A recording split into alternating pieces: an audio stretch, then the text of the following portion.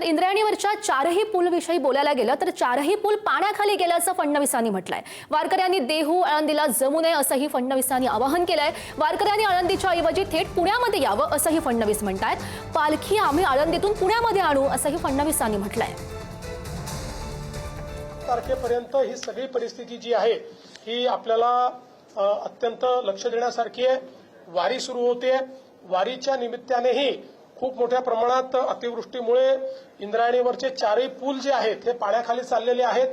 त्यामुळे वारकऱ्यांना ही विनंती आहे, आता वारी 10 तारखेला पुण्यात पोहोचते आळंदी आणि देहूवरनं, तर ती वारी तर आपण तिथे आणू, पण वारकऱ्यांनी आता तिथे न जाता पुण्यामध्येच आलं पाहिजे, कारण तिथे जाणं हे धोक्याचं आहे। त्यामुळे सगळ्या वारकऱ्यांना ही विनंती आहे की मोठ्या प्रमाणात देहू आणि आळंदीला जमा न होता त्यांनी जर पुण्यामध्ये ते आले तर अधिक सोयीचं होईल किंवा त्यातनं कुठलंही डिझास्टर होणार नाही।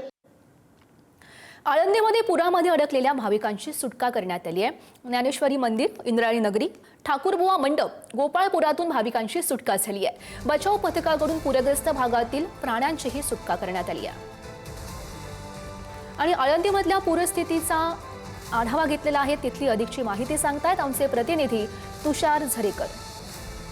आळंदीमध्ये पालखी प्रस्थान सोहळा काही तासांवरती येऊन ठेपलाय, मात्र त्याआधी जर आपण पाहिलं तर आळंदीमध्ये धोधो पाऊस बरसतोय आणि इंद्रायणी नदीने धोक्याची पातळी ओलांडल्याचं चित्र पाहायला मिळतंय। इंद्रायणी नदीने दुथडी भरून वाहतीये, तर इंद्रायणी नदीच्या बाजूचा जो घाट आहे तो पूर्णपणे पाण्याखाली गेलेला आहे।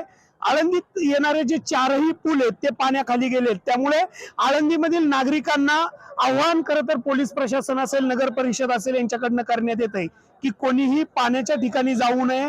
त्यानंतर दुसरी गोष्ट जर आपण पाहिली तर अनेक नागरिक खरं तर पाण्यामध्ये गुंतले होते, त्यांनाही काढण्याचं काम पोलीस प्रशासन, नगर परिषद प्रशासन आणि स्थानिक नागरिकांकडनं करण्यात आलेलं आहे। हीच जर पाण्याची पातळी अशीच राहिली तर पालखी प्रस्थानाविषयी जो निर्णय आहे तो घ्यावा लागेल असं मत खरं तर देवस्थानकडनं व्यक्त केलं जात आहे।